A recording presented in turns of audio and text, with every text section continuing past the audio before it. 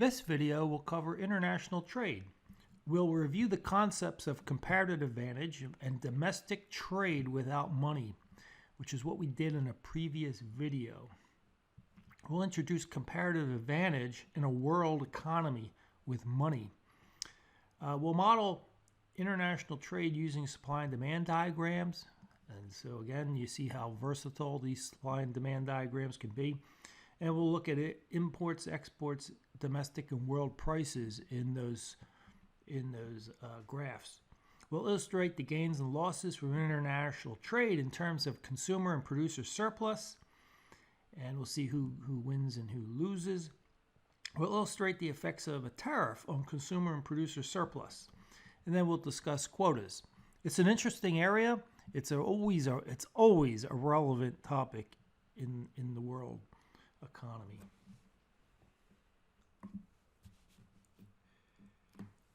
Now, a quick review of what we covered in the past.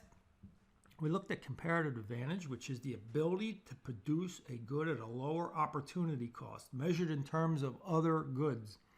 Why was it measured in other goods? Well, at the time, we had no prices. There was no money in that economy. We just bartered. Okay? So now, again, it's the ability to comparative advantage is the ability to produce a good at a lower opportunity cost, measured in terms of other goods within the same country. So we were looking at things domestically. And what we did was we looked at trade between two people. We had person A, person B, and here is their production functions. And so person A could produce this many fish and this many shirts along this production function. Here, remember, they could produce within this triangle, but it would be inefficient. Outside the triangle, it's unattainable.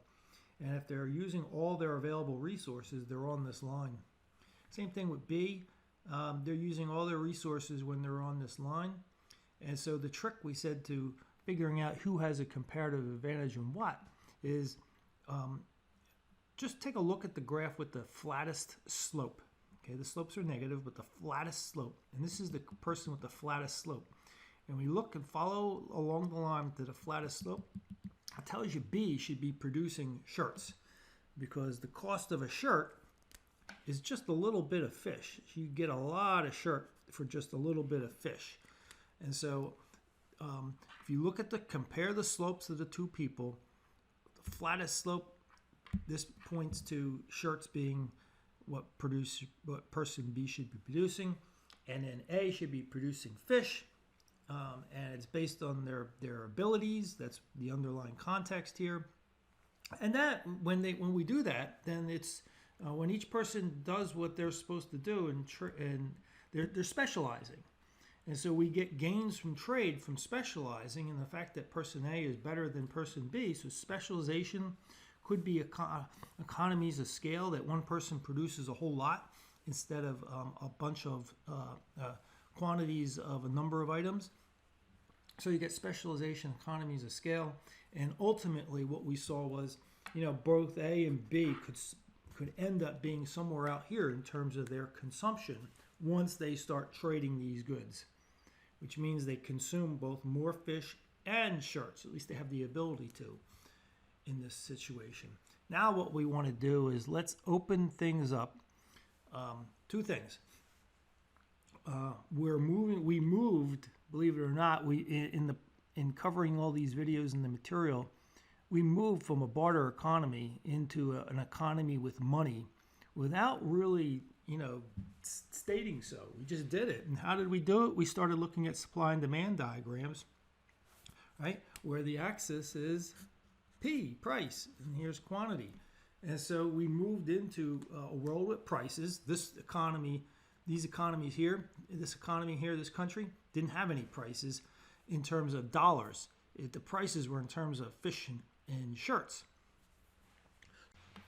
So now not only do we have money, now basically we're going to be looking at this as two separate countries.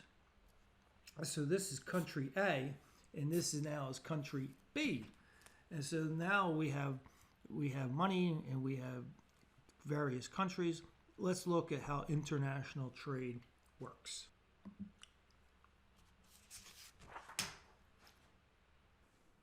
now that we have money, the comparative advantage concept becomes much easier to analyze. So before we had to look at the slopes of the production functions to determine who had a comparative advantage. Now, all we need to do is look at what the domestic price would be, okay, which is basically in a closed economy, what the domestic price would be relative to the price of the rest of the world. And if the domestic price is greater than the price of the rest of the world, where ROW, rho is rest of the world, then we have a comparative, this country has a comparative advantage compared to the rest of the world, because the rest of the world, it's expensive to produce that good, so the price is high. If domestically it's lower, then we would have a comparative advantage in that good. And what that says is we'll be able to export our good because it's cheaper than the rest of the world. The rest of the world would love to get that lower price. And then what would happen is if we find out that the domestic price is greater than the price in the rest of the world, then we have a situation where we would want to import goods, because if our price is domestic in a closed economy is expensive, and it's higher than the price in the rest of the world, we should just get our goods from the rest of the world and we'll be better off. It'll be cheaper. That's where we're going with this. But let's employ these concepts in a supply and demand diagram. Okay, so let's now move to supply and demand diagrams. Start off in a closed economy. Here we are, equilibrium like we always do, but this is a closed economy equilibrium, supply equals demand. And now let's add the element, an international element to it, is let's suppose that this country, we're looking at a particular good, and the price of the rest of the world is this particular price. It's above our equilibrium closed economy price. What would this country do? Would it import or would it export? Well, the price is high. So there's an advantage for producers to want to sell at this higher price. And so what's going to happen is we're going to end up supplying at that higher price, exporting. These will be our exports because it'll be supply minus the demand, the domestic demand. This would be domestic demand right here. This component right here is domestic demand. From here to here would be exports. And so our supply, our domestic supply, and that's important here, this is domestic supply, and this is domestic demand. Okay? So these exports plus the domestic demand is going to equal the amount that we supply domestically. And so now the price is going to be higher. Ooh, okay. So let's analyze that. Okay, let's see. Let me get my red pen out. And what we're going to do is we're going to chop this in the regions like we normally do. Call this area A. Call this area B, C, and D. And so let's look at that through, obviously, consumer and producer surplus. So if we're going to look at, move up here, pre-trade, we have consumer surplus, producer surplus, and total. So pre-trade, consumer surplus is A plus B, producer surplus is simply D, and we have A plus B plus D is the total surplus, welfare to the overall economy. Then we have post-trade. What happens when we have trade now? Now what happens is, notice the price goes up. Ooh, consumers in this country are going to pay a higher price by this amount, that higher price. And so their consumer surplus is reduced to just A. It's crammed up into this corner. And notice what happens is producer surplus, which is anything above this line, and below the price in that triangle is that is the producer surplus. Producer surplus is going to gain B. So this was originally consumer surplus. Now it's producer surplus, B. And now C is also producer surplus because you got new producers. You got producers that are supplying because at a higher price. Plus C is the area. Plus D is still there. And so now we got A plus B plus C plus D as the whole total surplus. And so what was the change? I'll call that delta. What was the change? Well, consumers lost area B. That was a transfer from consumers to producers. Okay, so right away you can see that consumers in this particular country are going to lose out in terms of this good by the amount of B. Producers make out by that B because it's a transfer, and they also get C. And so the total effect is the gain overall in surplus is C. So before we go further, let's put this slightly in the not slightly. Let's put this in the context now. This demand, this curve right here, that line right there, that price line, is basically the demand curve for the rest of the world. It's demand for the rest of the world for this particular good. And it's a perfectly elastic demand curve, and it's flat and it's perfectly elastic. One of the assumptions that we're making here underneath the model is that this country that we're looking at, this country is a very small country relative to the rest of the world, and it can't influence the price of this good through its own production and supply and its own demand. So this demand curve basically rides independently of this small country because a small country is too little to move that demand curve. So that's an underlying assumption that goes on in the model. Now, let's go to the case where we have importing going on because the price is less than the autarky price. Autarky meaning is a fancy word for a closed economy, basically, with no trade. And so that we'll have a price that's below the closed economy price.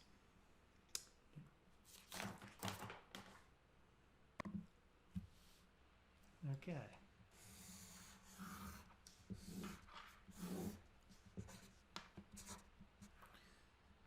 We have domestic demand.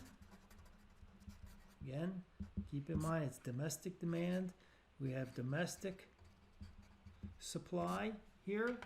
We have equilibrium in a closed economy, and I just introduced the word autarky. Autarky is nothing, like I said, but a fancy word for a closed economy. So if you read literature on international trade, you'll inevitably come across this rather strange word. And it just means a closed economy where there's no trading going on. And so here that's where we start off. We look at domestic supply, domestic demand. And then now we're looking at the price from the rest of the world is low, which means we are at this country right here is at a comparative disadvantage to the rest of the world because the price of this good that's being produced is high relative to this lower cost that the world seems to be able to produce the good. So what that tells us is the price is going to come down because we're going to have an incentive to buy a lot more. And that's what this is telling us. Look, we're going along down here because the price is falling, and so the quantity demanded is going up. So we're going to demand a lot. So where is that demand coming from? Well, domestic supply right there, this portion right here is the domestic supply component. And then we're going to have to import the rest of it. From here to here is the quantity of imports. I'll just put QIMS, the quantity of imports. Okay, so now we're going to assume we'll have basically the same assumptions we had in the previous graph, where we're looking at a perfectly perfectly elastic supply curve from the rest of the world. This country that we're looking at is a small country. It doesn't have an impact on the supply itself, so we're going to assume it's perfectly elastic and that this small country can't. So as soon as the price drops off a bit, that the winners here have to be consumers, and that producers in this country are going to be worse off. So let's do our basic analysis. Pre-trade. And we're going to have consumer surplus, producer surplus in total, like we always do. And let me get out my red pen here and say, look, let me chop up the region. We got region A, region B, C, and D. And so pre-trade, consumer surplus is just A, and it's B plus D for producers. A plus B plus D is total. Then we have post-trade. And now you can see that what used to be producer surplus has now changed into consumer surplus. And then you got this added area. Well, let's go to be the gains of trade. So now, post, we have A plus B plus C. This whole triangle right here is consumer surplus.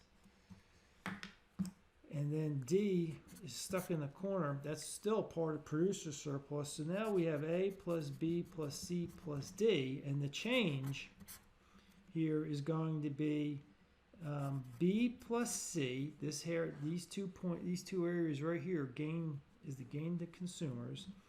And then producers lose. And so the net effect is a gain for the overall economy and the gain of welfare, and that's the gains from trade, just like we saw in the previous situation where we had, in the previous situation where we had, let's find it, here it is, where we had exports. Okay, we had that gain from trade, C. And so now you can see some of the why there's political tension around international trade. You see that there's winners and there's losers, right? And so there's transfers of wealth, so to speak, from one to the next. That's what surplus is all about. But you see that overall there's a gain. So there's this overall desire to have international trade because the net effect, this C area means that we should be trading internationally. But there's winners and there's losers, and that's where it's so politically contentious. So now as we move into tariffs, the first question we want to ask is, will we see a tariff when the world's price is above the domestic equilibrium price, or will we see it when the world's price is below the domestic equilibrium price? And the answer, once you see it, is pretty apparent. You're going to have tariffs when you're importing. Okay, so we're going to have we import when the price of the rest of the world is low for a particular good. And so here you might imagine here is the going price, which is obviously below domestic equilibrium price. You would never have, or almost never have, restrictions on trade for exports when the world price would be above and you're trying to export. The only exception to that, the time when you would have restrictions on exports would be around national security. You wouldn't want to freely export missiles and weapons of mass destruction. You'd want to be careful about certain databases that you export and certain computer systems and even computer chips that are exported. But barring that, for the most part, for regular goods and services, tariffs are put on when the country is importing and the world price is low. And so often what countries do is they impose these tariffs to help out the industry, because industries, when you have a world price that's this low, right, then this is what industry is domestic industry is supplying this amount, so QS. This is what's being demanded, lots of demand, and the demand is made up by imports. Being right here, from here to here are your imports. Now, let's suppose the government, in order to protect its industry and employment, says, you know, we're going to impose a tariff, and here we impose the tariff T, the amount T for the tariff. Okay? And notice what happens. We now have